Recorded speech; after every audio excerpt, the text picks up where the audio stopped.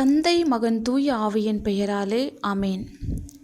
ஆண்டவராகிய இயேசு கிறிஸ்துவுக்குள் பிரியமான சகோதர சகோதரிகளே, என்னோடு நடப்பாயா என்ற தலைப்பில் 7வது நாளாக இன்றைய தவக்காலங்களில் நாம் இறைவார்த்தையை தியானித்து கொண்டிருக்கிறோம்.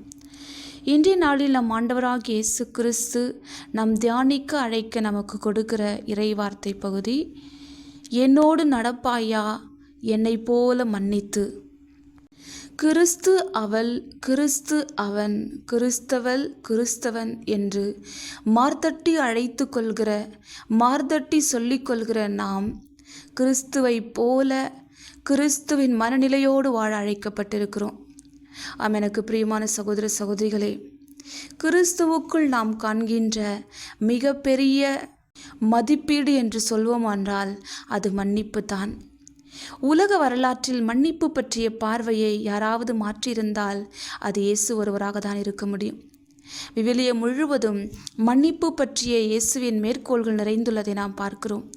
அவர் மிகவும் மாறுபட்ட கண்ணோட்டத்தை வழங்குகிறார். கவனம் நம்மீது அல்ல, மாறாக மற்றவர் மீதும், எல்லாவற்றிற்கும் மேலாக கடவுள் மீது தான் இருக்கிறது. இயேசுவுடைய கூற்றுகள் பெரும்பாலும் தீவிரமானவையாக இருக்கிறது. சிந்திக்க நேரம் எடுக்கிறது. அவை ஆழமாக சென்று நமக்கு சவால் விடுகிறதாக இருக்கிறதை பார்க்கிறோம். அது எப்படி நான் மன்னிக்க முடியும்? நானா குற்றம் செய்தேன், அவர்கள்தான் குற்றம் செய்தார்கள். நானா பேசினேன், அவர்கள்தான் பேசினார்கள். என்னால் மன்னிக்கவும் முடியாது, மறக்கவும் முடியாது. வேண்டுமென்றால் அவர்கள் வந்து என்னிடம் பேசட்டும், ஆனால் நான் இறங்கி செல்ல மாட்டேன் என்று நமக்கு நாமே இப்படிப்பட்ட எண்ணங்களை நம்முடைய இருதயத்தில் வளர்த்து நம்முடைய இருதயத்தை கசப்புக்கும் வரட்டு கௌரவத்திற்கும் வைராக்கியத்திற்கும் உள்ளாக்கி கொண்டிருக்கிறோம். ஒவ்வொரு நாளும் நம் இருதயத்தை அலசி ஆராய்ந்து பார்த்தோம் என்றால் எத்தனையோ வகையான வரட்டு கௌரவங்கள், வைராக்கியங்கள், எத்தனையோ வகையான அகங்காரத்தோடு, ஆணவத்தோடு நம் இருதயத்தில் ஒருவரோடு ஒருவர் பேசாமல் ஆண்டுக்கணக்காக, மாதக்கணக்காக வைராக்கியங்களோடு வாழ்ந்து கொண்டிருக்கிறோம். மற்ற மனிதர் செய்யும் குற்றங்களை நீங்கள் மன்னிப்பீர்களானால் உங்கள் விண்ணகத் தந்தையும் உங்களை மன்னிப்பார். மற்ற மனிதரை நீங்கள் மன்னிக்காவிடில் உங்கள் தந்தையும் உங்கள் குற்றங்களை மன்னிக்க மாட்டார் என்று சொல்லி இன்றைய நற்செய்தி வாசகத்தில் மத்தேயு நற்செய்தி 6ஆம் அதிகாரம் 14-15 வசனத்தில் நம் ஆண்டவராகிய இயேசு கிறிஸ்து மன்னிக்க நமக்கு அழைப்பு விடுக்கிறார். ஒவ்வொரு நாளும் விண்ணகத்தில் இருக்கிற எங்கள் தந்தையே என்று சொல்லி உரிமையோடு நாம் செபிக்கின்றோம். எங்களுக்கு எதிராக குற்றம் செய்தோரை நாங்கள் மன்னித்துள்ளது போல எங்கள் குற்றங்களை மன்னியும் என்று சொல்லி வாயார வாய்க்கூசாமல் அநேக வைராக்கியங்களோடு, வரட்டு கௌரவங்களோடு, மன்னிக்க முடியாத மனப்பான்மையோடு ஆண்டவராகிய இயேசு கிறிஸ்துவை நோக்கி நாம் அறிக்கையிடுகிறோம். உண்மையிலேயே என் உறவில் விரிசல் இல்லையா? என் உறவில் பிளவுகள் இல்லையா? என் உறவில் முழுமையான சமாதானமும் அன்பும் நாம் பழகுகிற என் சகோதர சகோதரிகள் ஒவ்வொருவரோடும் என்னில் இருக்கிறதா என்று சொல்லி சிந்தித்து பார்க்க அழைக்கப்பட்டிருக்கிறோம். இந்த தவக்காலம் ஒப்புரவின் காலம்.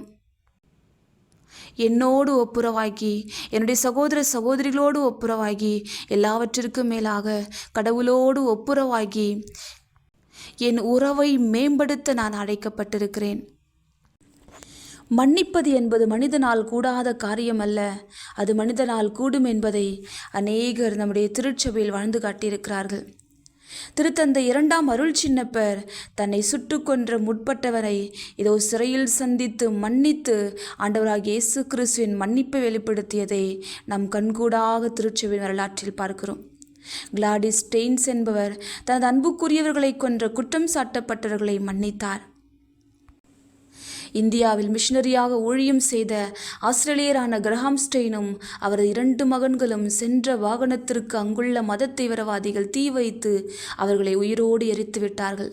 தகவல் அறிந்த அவருடைய மனைவி கிளாடிஸ் தன் மகளுடன் இந்தியாவுக்கு வந்து அந்த உடல்களை அடக்கம் செய்துவிட்டு, நான் என் கணவரையும் மகன்மாரையும் கொலை செய்தவர்களை மனப்பூர்வமாக மன்னிக்கின்றேன்.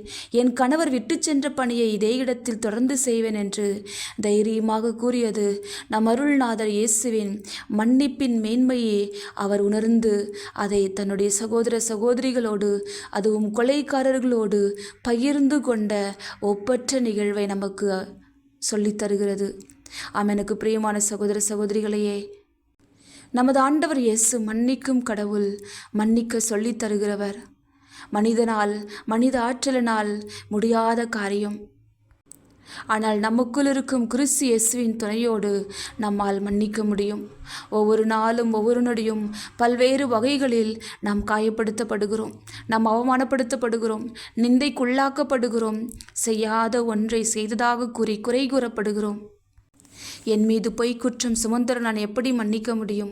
என்னை அவதூறாக பேசியவர்களை நான் எப்படி மன்னிக்க முடியும் என்று வைராக்கியமாக அல்லாமல் இயேசு கிறிஸ்துவை போல நமக்கு முன்பதாக வாழ்ந்து காட்டியிருக்கிற அநேக புனிதர்களைப் போல நம் தாய் திருச்சபையில் நம்முடைய சமுதாயத்தில் கிறிஸ்துவை போல மன்னித்து வாழ்ந்து காட்டியிருக்கிற நம்முடைய சகோதர சகோதரிகளைப் போல நாமும் மன்னித்து வாழ அழைக்கப்பட்டிருக்கிறோம். இந்த தவக்காலத்தில் ஆண்டவராகிய இயேசு கிறிஸ்துவோடு ஒப்புரவாகி சகோதர சகோதரர்களோடு ஒப்புரவாகி ஆண்டவராகிய இயேசு கிறிஸ்துவின் பாடுகளில் பங்கேற்று தந்தையே இவர்கள் அறியாமல் செய்கிறார்கள், இவர்களை மன்னியும் என்று சொல்லி தன்னை சிலுவையில் அறைந்தவர்களையும் கூட மன்னித்த இயேசுவை போல வாழ நம்மை ஒப்பு கொடுப்போம். ஆசீர்வாதத்தை பெற்றுக்கொள்வோம். எங்களை அளவுக்கு அதிகமாய் நேசிக்கின்ற எங்கள் அன்பு தெய்வமே, மன்னிக்க எங்களுக்கு சொல்லித் தருகிறவரே, கல்லான எங்கள் இருதயங்களை எடுத்துவிட்டு சதைப்பற்றுள்ள இருதயத்தை எங்களுக்கு தந்து உம்மை போல மன்னிக்கும் இருதயத்தோடு உம்மை போல சந்தமும் தாழ்ச்சியுமுள்ள இருதயத்தோடு வாழ எங்களுக்கு வரம் தாரும். ஆமேன்.